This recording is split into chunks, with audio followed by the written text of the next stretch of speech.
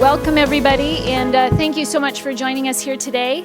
My name is Representative Winnie Branks, and I represent portions of the city of Grand Rapids, and it is also my pleasure and privilege to serve as the chairwoman of the Michigan Progressive Women's Caucus.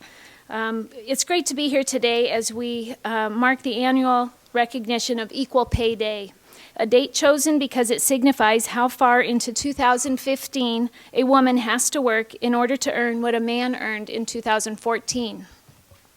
This year, the Progressive Women's Caucus is calling for the support of our wage discrimination policy agenda. It's a 12-bill package that increases accountability and transparency.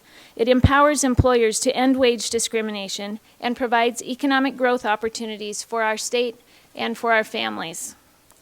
We can't talk about improving Michigan's economy without first talking about ending wage discrimination. The two go hand in hand.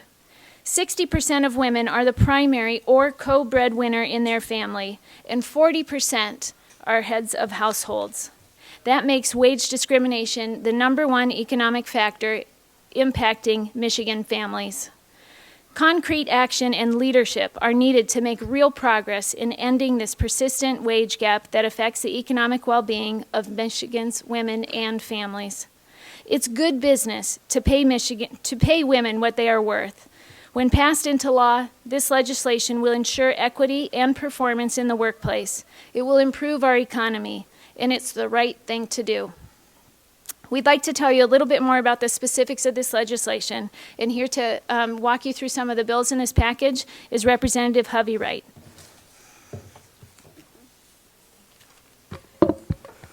Thank you, Representative Branks. I'm Marcia Hovey-Wright, Representative Hovey-Wright from Muskegon, former chair of the Women's Caucus. And I am very excited. We have such a great turnout, legislators and press and everyone else. This is a great homecoming after a couple of weeks in our districts. I couldn't be more pleased to be here today to be part of an effort to end wage discrimination in Michigan. In the past, you may know that we have introduced 4 bills, and we did that for like 15 years. They never went anywhere. This year, we've added 8 new bills, and they're bills that have passed in other states with bipartisan support. So we are ever hopeful that some of these will get bipartisan support and actually go through. Equal pay is a very simple idea. It simply means that 2 people who have the same background, do the same job, and produce the same results get the same pay. It's a matter of simple fairness, something we can all understand and support. For too long, more than 50 years, it's been a reality for working women and families in our state. Here's what we're doing to change that. Our legislation addresses key barriers to achieving equal pay. It will create transparency in wages and job requirements, enabling both employers and employees to know the law and their rights, to allow the state to better enforce the existing laws. It will ensure accountability so that employers are incentivized to end wage discrimination in the workplace and recognize and rewarded for their efforts. It will provide a method to measure the impact of wage discrimination in Michigan and decrease the wage disparity between women and men who perform the same work. And it will be a catalyst for economic growth in our state. I repeat, it will be a catalyst for economic growth in our state. More of the women, many of whom are heads of household, will rise above the level of poverty, will no longer need assistance from the state to make ends meet, and it will be good for everyone. Taken together, what these laws really do is address many of the root causes of unfair pay, which are often ignored.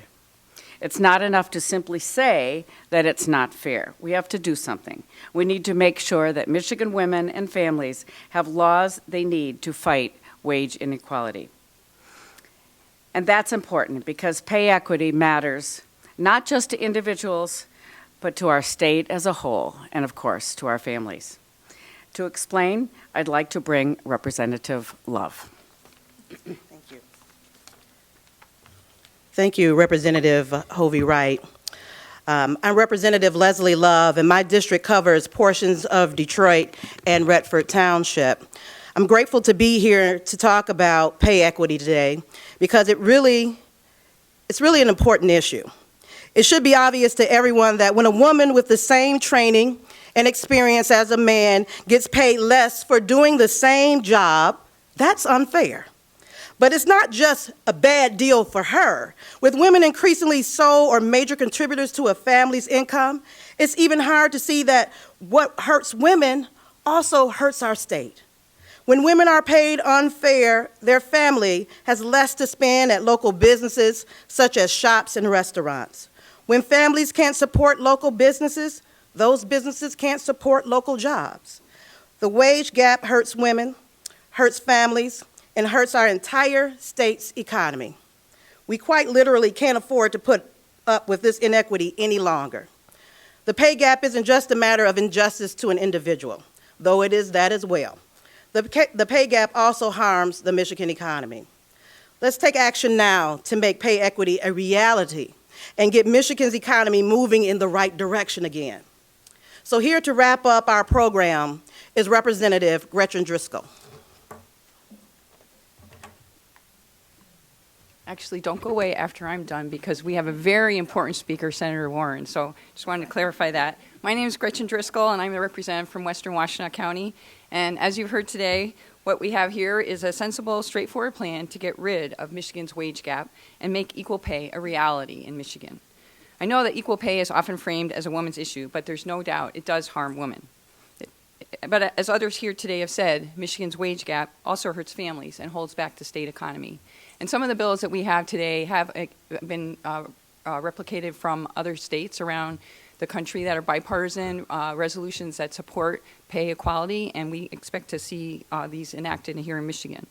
Basic workplace fairness, economic security for families, and a better state economy aren't partisan issues. That is what we all want for our state. And that's why I believe that our colleagues from across the aisle in both the House and the Senate will agree that it's time to address equal pay here in Michigan.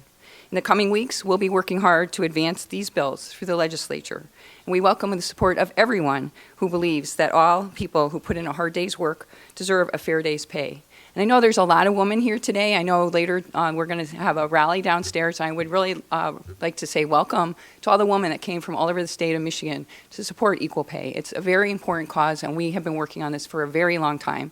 And I know that Senator Warren can speak to that with much more personal experience. I'm only in my third year in Lansing. I know Senator Warren will be speaking to that. Thank you.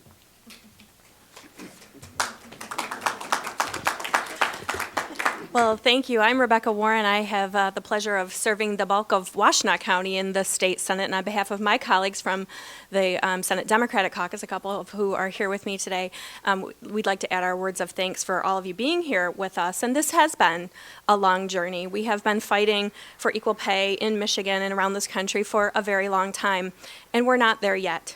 In fact, there's a recent study that was just published in the last week that says, "Over my dead body." How many times have you said it or heard it, somebody with emphasis trying to make a point? But truly, if we let the wage gap close as it is doing naturally, at the rate that it is doing naturally, without taking action, we will have equal pay for women in Michigan over my dead body. Because despite my youthful appearance and despite the advances of modern medicine, that study says the date that the gap will be closed is 2086. And I assure you, I will not be standing here in this podium at 2086 unless something really amazing happens. And so the challenge is up to us to face, to take action on this package of legislation, because we cannot wait until 2086 for women in Michigan to make the same rate that their male counterparts do for doing the same job, with the same skills, with the same number of employees reporting to them, taking on the same responsibilities. We can't wait. We can't wait because in Michigan, women still earn just 77 cents on the dollar for what their male counterparts make. That's less than the national average, which is over 78 cents now, which is not that much better, but it's still better. And what that means is that for all of those women that you heard my colleagues describe, who are heads of households, who are too often living in poverty, who might be a second earner in a dual earner family, what that means is that they have 23% less income to spend when they go to the grocery store to feed their children. That means they have 23% less income to pay their gas bill, to put food on the table, to buy clothes for their kids, to pay their mortgage payment. And we know there's an economic benefit to our state if we had women had 23% more income to spend on those important, vital components to their daily life. But we actually have this stunning statistic about how many women and children in Michigan are living in poverty right now. One of the best things that we can do, the fastest things we can do to help women rise economically in the state is to just treat them fairly in the workplace and to make sure that we abolish wage secrecy. One of the bills that I've introduced in this package is to say one of the reasons a lot of women make less than men is they don't know what their male counterparts are making, and they can't ask. They can't go to the bargaining table and ask for a contract that fairly rewards them for the work that they're doing. We need to end wage secrecy so women can ask what their counterparts are making, and they know how to go and ask for the raise that they deserve. And so we are taking something that has been important to us for a long time, and even though I feel like we are here year after year without seeing the progress we want, we can't give up, because it's more important than ever that we fight this battle and that we win, because our future of our state depends on it. So, not over my dead body. Let's make sure we take action soon. And I have a great set of colleagues. You see the turnout that we have from our colleagues, both men and women in the House and Senate, who think that this is a priority today. And let's not stand here next year and have to recognize Equal Pay Day in April, 4 months after our male counterparts made their full salary in December of the year before.